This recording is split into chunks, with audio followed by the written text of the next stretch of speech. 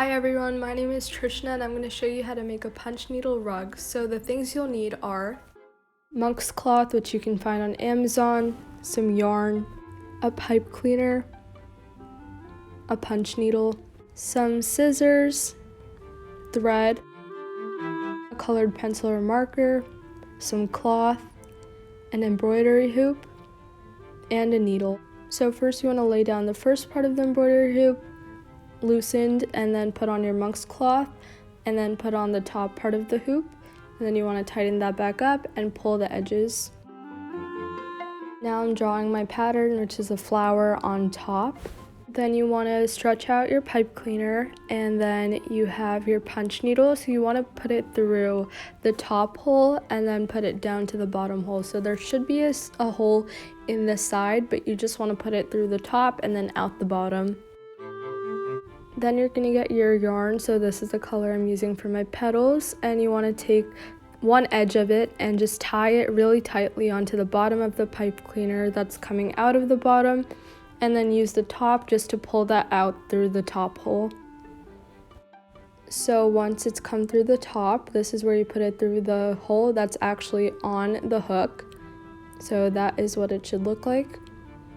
And then you just punch through the monk's cloth where you're going to start. So again, this is the start of my petal color, and then that's what it should look like on the top, and then you flip it over and that's what it should look like. So you just pull it right through the cloth like that.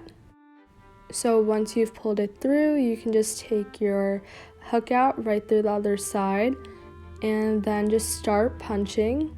So as you can see, that's me bringing it out.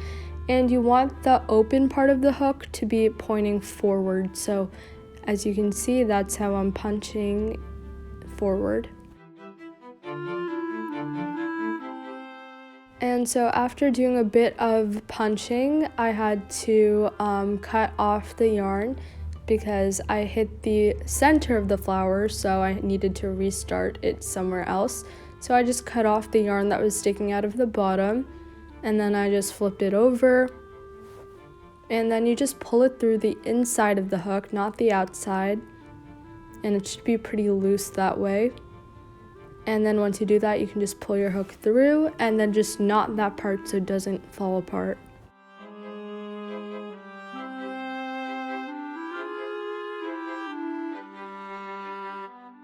One tip I just wanted to give was that when you're punching, make sure that you have a lot of yarn like outside of the spool, because if you don't have enough, then your loops will start to come undone.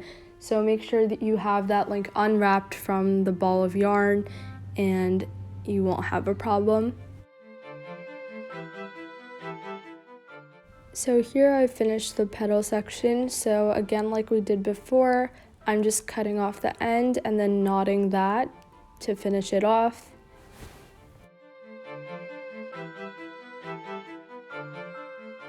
So now I've also finished the middle yellow part, so I just flip it over, and there are going to be some loose ends like that, so I'm just cutting those off. And then also there might be loops that are longer than others, so you can just like cut those through the center and then trim them. What is really good about monk's cloth is that when you make holes on it, it's able to like recover very easily. So if you just like rub where you made the hole, then it'll go away. So then you would just pour glue on the side that you've been punching on just to secure all of the loops and make sure nothing falls apart. And here I'm just pouring it on and then spreading it with my fingers, and you just want to make sure it's all completely dry before moving on. And then here I'm just taking out the design from the embroidery hoop. Here I'm trimming a 1-inch border around my shape. That's the same shape as what I made. Here I'm cutting slits all around so it's easier to fold, and make sure you don't touch the yarn when you do this, but almost get there. And now I'm folding those folds that I just made to make a shape and trace that onto the fabric. Now I'm just putting thread through my needle, and I'm going to fold over those flaps on my pattern and put them under the fabric, and then just stitch those together using an overstitch. And then once you have that, it should be secure and you have your pattern. So this is one of the smaller ones I've made. You can use it on your desk or on the wall even, or on the floor, but I've also made actual rug-sized ones, and I have multiple, so I kind of use them like stepping stones around my room. So thank you guys, and bye!